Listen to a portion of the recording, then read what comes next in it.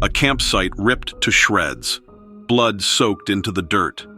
Families gone without a trace. And in the deep woods of northern Pennsylvania, there's a legend. A creature said to stalk the forests when the nights grow cold, hungering for flesh, hungering for souls. For a week, police and search crews scoured the Allegheny wilderness, hoping to find answers.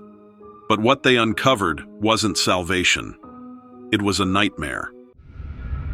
Welcome to Weird Encounters, a place where the ordinary fades into shadow and the unexplainable comes alive.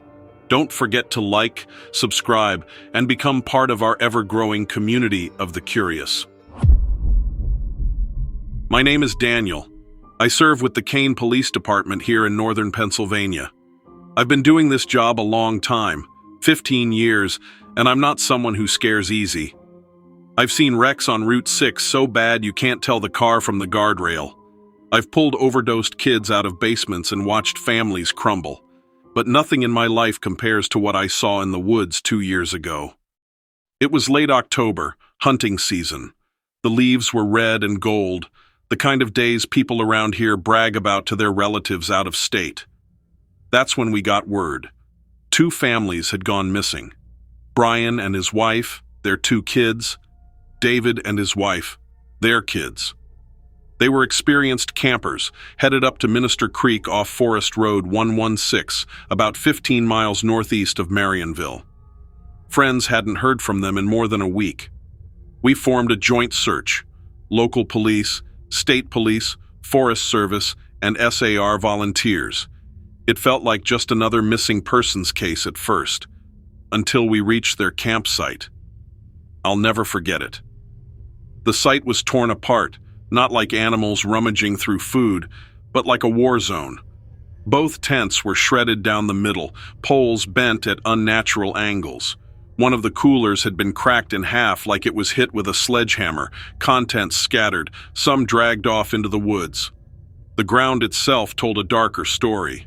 Blood pooled in places, soaked deep into the dirt. One of the sleeping bags lay ripped wide open, its lining stiff and dark. A trail of bloody handprints smeared across the canvas led away into the trees. Small ones, like a child, had tried to crawl. We found a woman's jacket crumpled near the fire pit, one sleeve torn clean off, the fabric stiff with dried blood. Worst of all, under a pile of leaves near the edge of camp, one of the volunteers uncovered what looked like part of a hand. Not the whole thing, just the last 2 fingers, torn away at the knuckle. We bagged it, but no one said much. A couple of guys just stood there pale, shaking their heads. The drag marks ran out from the site into the undergrowth. Something heavy had been pulled away. That first night, we heard the scream. It came from the trees beyond the creek, long and hollow, rising into a pitch that made your stomach turn. Almost human, like a woman shrieking in pain, but distorted. It echoed through the valley, bouncing off the ridges. The dogs panicked, snapping their leashes, pulling toward the trucks. One shepherd actually pissed itself trying to scramble into the back of a pickup. That shook us worse than the scream itself. We swept the woods, calling names, shining lights. Nothing. Just empty forest, and that awful silence after. The next night it came again, closer. 2 screams this time, overlapping. It sounded like someone begging for help and someone else wailing at the same time. It was unbearable, like hearing people being tortured out in the black. Some of the volunteers looked ready to pack it up then and there. On the 4th day, I saw it. We were east of the Clarion River, following a deer path, when I felt it, like static crawling up my spine. I turned and froze. There it stood, 7, maybe 8 feet tall. Its body was gaunt, ribs sharp under stretched grayish skin.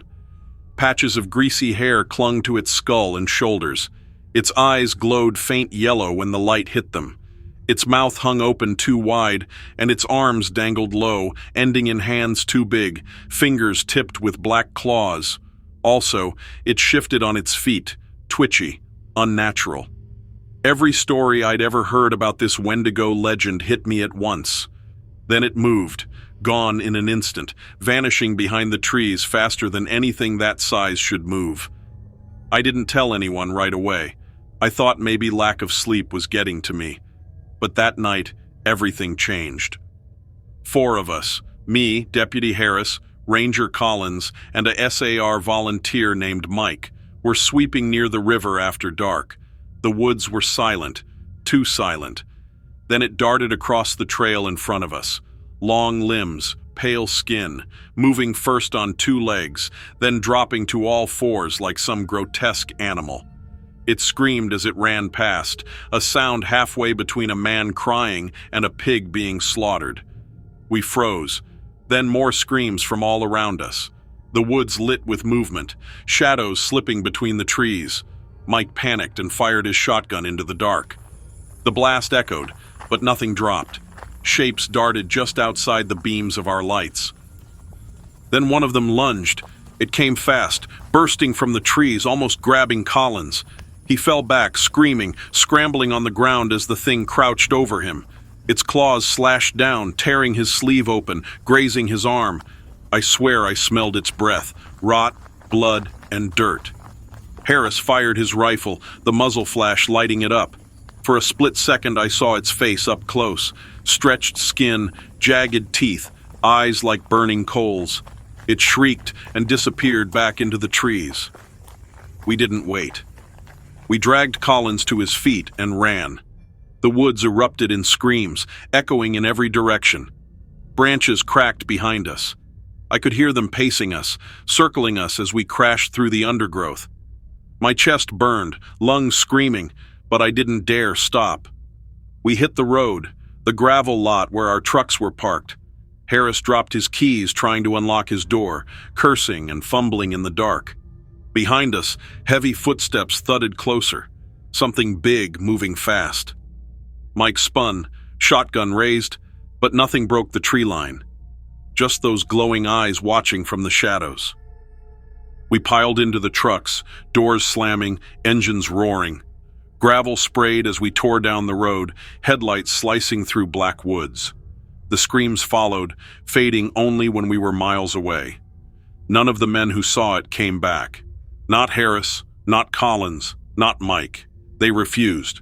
Said they were done, said they weren't going back in there for anything. For the next few days, it was different. The screams didn't come. No sightings. The forest grew quiet, still. Some said maybe whatever it was had moved on. Others thought it was waiting, watching. After a week, with no bodies found, no survivors, command pulled us out. Officially, the families were presumed dead to exposure or an accident. Case closed. But I know better. We all do. That campsite was a slaughterhouse. There was blood. There were human remains.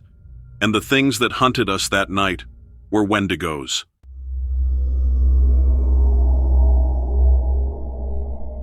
Two men found more than bones in Arizona's Superstition Mountains. Hunted by a feral clan all night long, they barely survived, only to find the sheriff's office wasn't safe either. Why are there so many reports of these sick clans lately? Does anyone have any idea what's going on? Please let me know your thoughts in the comments. My name is Carl Benson, born and raised in Globe, Arizona. I spent most of my life working the copper mines, heavy equipment, blasting rock, long shifts underground. These days I pick up whatever work I can get. It was supposed to be a simple job, checking water runoff channels near the Superstition Mountains with a hydrologist named Maria Lopez. She was 34, book-smart, eager to prove herself, and didn't know what those canyons could really hold. I wish to God I had told her no when she asked me to show her the routes. The desert was hot enough to cook your lungs. We hiked 3 miles into the wash when we found the first sign. Tents ripped to shreds, sleeping bags rotting, pans rusting in the dirt. Bones everywhere. At first I thought they were animal. Then I saw the skull. Human. The jaw was cracked, the marrow sucked out of the long bones. Something had chewed through them like a dog with a bone. Maria gagged and covered her mouth. On the tree beside us, someone had carved 3 circles stacked on top of each other. The grooves were stained dark, like they'd been smeared with blood. I told Maria we'd mark the GPS and head back. That's when the laughter started.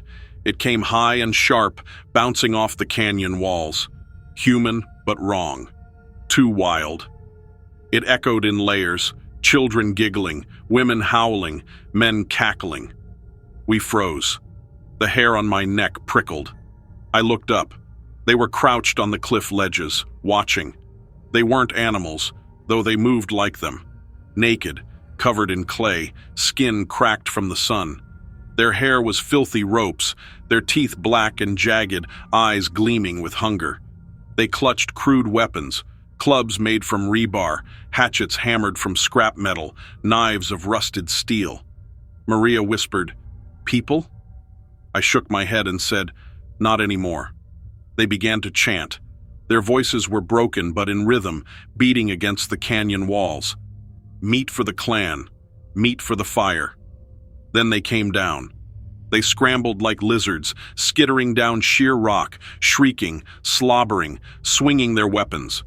Maria screamed, and I yanked her into the wash. We ran. Their bare feet pounded the stone behind us, their voices growing louder, chanting and howling. We stumbled into a wider ravine, firelight flickering ahead. I will never forget what I saw there. A pit had been dug into the ground, lined with stones blackened by flame.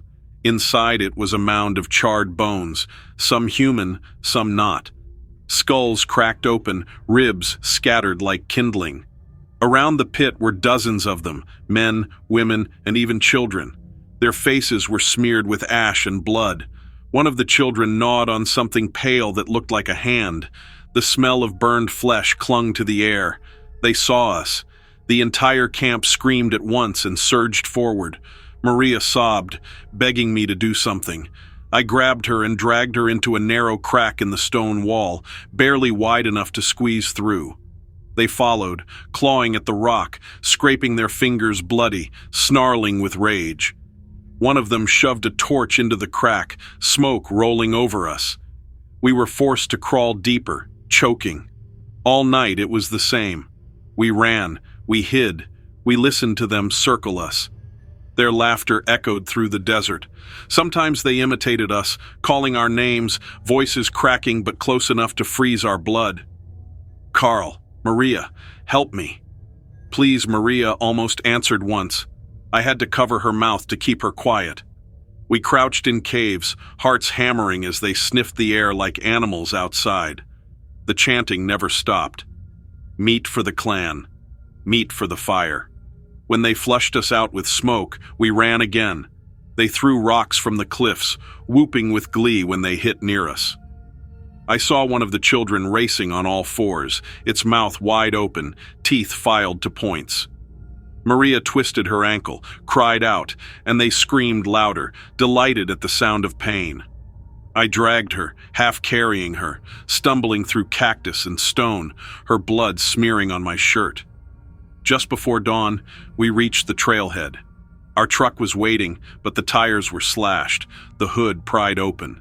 The battery was gone. They were waiting for us. Dozens of them, stepping from the rocks, faces smeared with blood and dirt, grinning with rotten teeth. Their weapons clattered against stone as they closed in. Maria clutched my arm, whispering prayers. I pulled the revolver from my pack and fired into the air. The sound cracked across the canyon like thunder. For the first time, they stopped. Not in fear, but in recognition.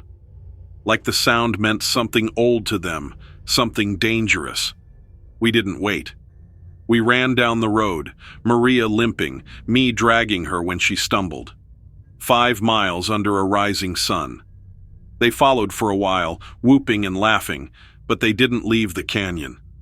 Eventually, we collapsed by the roadside. A rancher in a pickup found us. He drove us back to Globe. At the sheriff's office, I tried to report what happened. He listened, chewing the inside of his cheek. Then he leaned in and whispered, "You didn't see them. understand? Best to forget his deputy stood behind him, staring at me with wide, flat eyes. He didn't speak, but I swear his lips curled into the faintest grin. Maria and I left. Neither of us spoke on the drive out of town. I don't know how long they've lived in those canyons. I don't know how many people they've killed. But I know the clan is still there, breeding, feeding, waiting. If you hear laughter in the superstitions, don't follow it. Don't call back.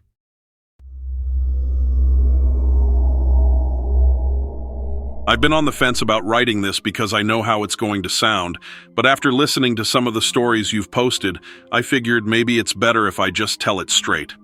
I'm not a writer, so this is just me putting it down as it happened. My name's Kevin Myers. I'm 37 years old, live outside of Scranton, Pennsylvania. I work as a mechanic at a small shop off Kaiser Avenue. Most weekends I try to get outdoors, camping, fishing, that kind of thing. My uncle raised me on deer hunting around the state, mostly up near Tioga and Potter counties. I know the woods around northern Pennsylvania better than most people, and I've never had a reason to be afraid out there. Well, until last year, that is. It was officially fall in 2023, right after the first cold snap. The leaves had already turned and were starting to fall heavy. My friend Dave and I had planned a weekend camping trip to Loyalsock State Forest, about an hour and a half north of us. We were planning to camp off Rock Run Road near World's End State Park. That area's big for hiking and trout fishing, but we were mostly looking to just get away, cook over a fire, and hike out to High Knob Overlook. We loaded up Friday afternoon. His Tacoma had all the gear, tents, cooler, a couple rifles just in case we spotted something worth hunting. Took I-81 up through Wilkes Barre, then cut across Route 118 through Red Rock and Benton. We rolled into Forksville around 5:30, stopped at the little general store for ice and some firewood bundles. It was dusk when we finally made it down Rock Run Road. If you've never driven that road, it's dirt and narrow with steep drop-offs in some places. No service, nothing around you but trees and steep ridges. We found a pull-off about 2 miles in, next to a small clearing where it looked like other campers had used before.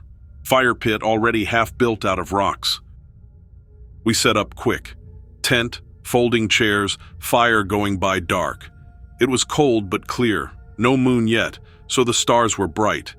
We cooked hot dogs and beans, had a few beers, and just sat around talking until about midnight. Everything was normal. I remember at one point I thought I heard something moving just outside the tree line, like branches snapping, heavy steps. Dave said it was probably a deer. We shrugged it off. The next morning we hiked about 3 miles up to the Loyalsock Trail, did some exploring. Stopped at Angel Falls, which is a short hike from where we were. There were a few other hikers out that day, but not many. Came back to camp around 4 to get the fire going early. That's when things started to feel different. When we got back, something was off with the site. Our tent was fine, the cooler was fine, but the firewood we had stacked was scattered. Not like the wind, more like it was picked up and tossed. At first I thought maybe some animal had come through, but nothing else was touched. No food gone, no claw marks. Dave joked it was some other camper messing with us, but I didn't like it. It gave me this weird, unsettled feeling. We rebuilt the fire, cooked steaks, and tried not to overthink it. But as the night came down, the woods felt heavy. I can't describe it better than that. It was so quiet you could hear your own heartbeat. Around 10:30, we started hearing noises again, not just deer. This was heavier, slow, deliberate steps moving around us, sometimes stopping, sometimes starting again. We shined flashlights but never caught anything. At one point, Dave swore he saw eyes shine back, tall, higher than a deer would be, maybe 6 or 7 feet off the ground. When I pointed my light, nothing was there. We stayed close to the fire, both of us feeling uneasy. Around midnight, we called it and went into the tent. That's when it escalated. I woke up around 2 a.m. to the sound of something brushing against the tent. At first, I thought maybe it was Dave shifting, but he was asleep beside me. Then there was this low growl, almost human-like, but not. The tent shook. Whatever it was brushed across it again, slow, dragging. Dave woke up and whispered, "What the hell is that?" We sat there frozen. I had my rifle next to me, but I didn't want to unzip the tent. It felt like if I did, I'd regret it. Then, and I still can't believe this, we heard something that sounded like a voice. Not words I could understand, more like garbled, broken speech, like a person trying to talk, but not right. We both just stared at each other. I whispered, "That's not a bear." The growl came again, louder, and then it moved away into the woods. We stayed awake until dawn, barely speaking. The next morning, we packed up. Both of us were shaken but didn't want to admit how scared we were. We decided to cut the trip short, but when we got to the truck, we froze. There were prints in the dirt all around it. Big, human-like, but too long, too wide, at least 14 inches. Barefoot. And they weren't old. The edges were sharp. They circled the truck like something had been pacing. We didn't waste any more time. We jumped in and drove straight out of there, barely talking until we hit Forksville again. I thought maybe we were just spooking ourselves. Maybe it was some prank. But that doesn't explain the footprints. Or the voice. When I told my dad about it, he shook his head and said people have been seeing strange things in Loyalsock for years. Some say it's a kind of Bigfoot. Others think it's something older. He told me to just let it be. Dave doesn't talk about it at all now, and he won't go camping with me anymore. I don't know what we ran into that night, but I don't think it was human or even animal. And so, another strange encounter fades away. A trick of the mind, or something far more unsettling. That's for you to decide. Thank you so much for watching my stories.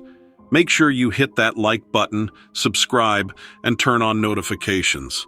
Your support is what keeps this channel going.